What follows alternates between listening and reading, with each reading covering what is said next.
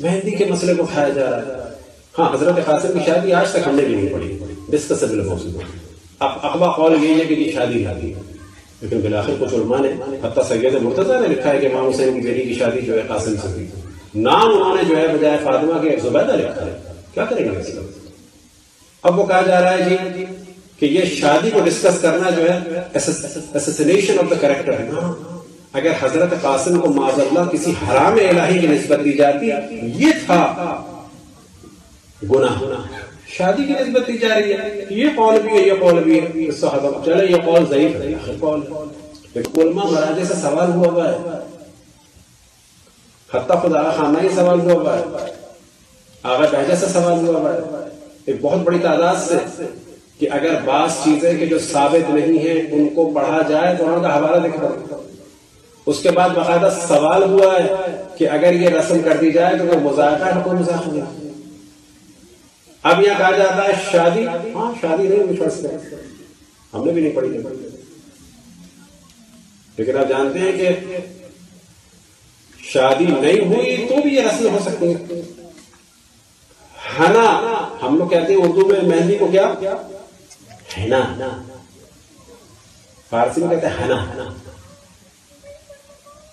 Google فارسی میں لکھتے ہیں حنا بندی یا عروسی یا قاسم، ساری فوٹوز آ جائیں گے پورے ایران کی ہر امام بارگاہ میں حضرت قاسم کے بارے میں رسم ہوتی ہے.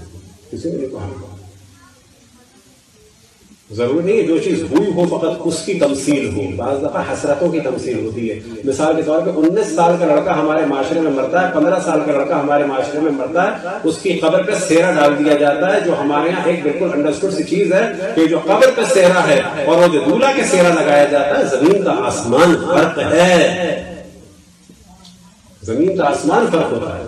عراق میں اس وقت جو شہداء کی لاشیں آتی ہیں آپ جانتے ہیں، ان شہداء کی لاشوں کو جب شہروں میں لایا جاتا ہے تو دولہا کی طرح گاڑی کو سجایا جاتا ہے کہ امام حسین کا دفاع کر کے آتے ہیں.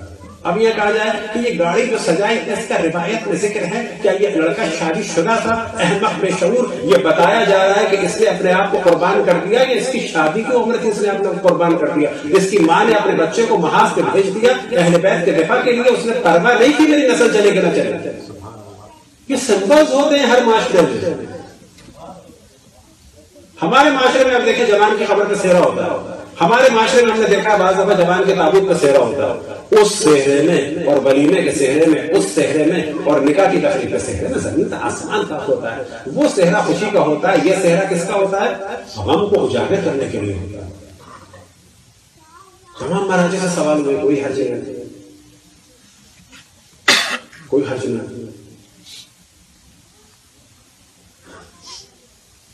کیا ضروری ہے؟ اب یہ کہا جاتا ہے مہندی کی رسم تو ہندوانہ ہے،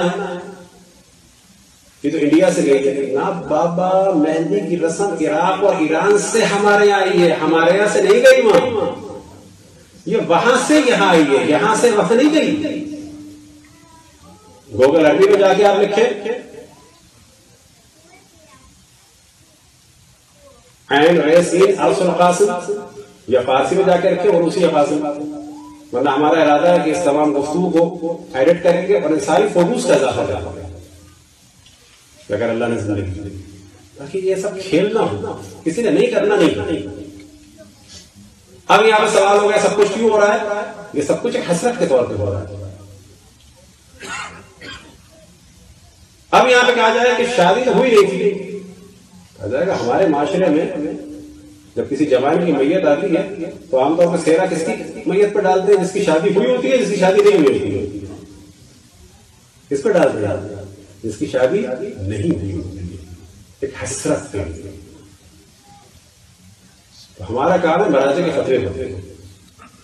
پھر میں عرض کرتا ہوں، میں ملنگ باباؤں کو دیکھیں، میں آغا جانوں کو دیکھیں. ہمارا ذمہ داری غیبت کے زمانے میں مراجع کے فتوے ہوتے ہیں. سلوات پڑھے گا محمد والے.